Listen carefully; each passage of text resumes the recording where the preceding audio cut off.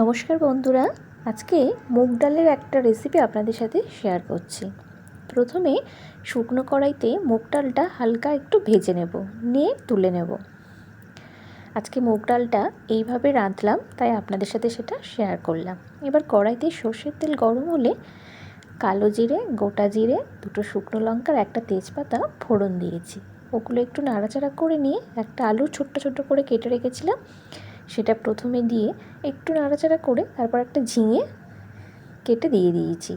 সেটা একটু নাড়াচাড়া করে প্রথমে আমি কুমড়ো শাকের যে ডাঁটাগুলো আগে দিয়ে দিলাম।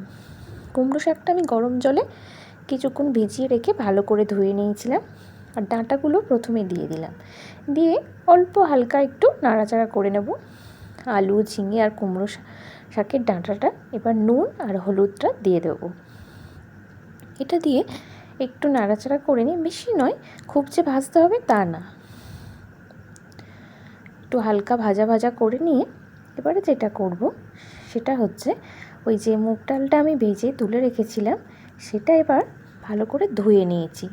এবার ধুয়ে নিয়ে ডালটা দিয়ে দিলাম। ডালটা দিয়ে সব কিছুর সাথে ভালো করে মিক্সড করে দিচ্ছি। এবার শেষে একদম কুমড়োর যে কচি কচি পাতাগুলো ছিল সেই পাতাটা দিয়ে দিলাম। এটাও সব কিছুর সাথে ভালো করে মিক্সড করে নিচ্ছি। নিয়ে ভালো করে মিক্সড করে এবার শুধু পরিমাণ মতো জল দিয়ে দিতে হবে। ব্যাস, জল দিয়ে দিয়েছি।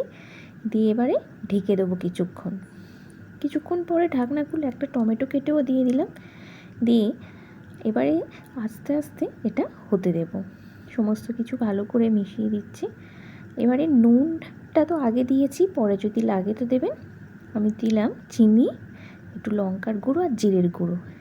লঙ্কার গুঁড়ো নাও দিতে পারেন, এটা একটু মিষ্টি মিষ্টি, আর লঙ্কার গুঁড়ো দিলে অল্প একটু ঝাল ঝাল ভালো লাগে খেতে। কুমড়ো শাক দিয়ে মুগ ডালের রেসিপিটা আজকে এইভাবে বানালাম, তাই শেয়ার করলাম। ভিডিওটা ভালো লাগলে লাইক করবেন। ধন্যবাদ।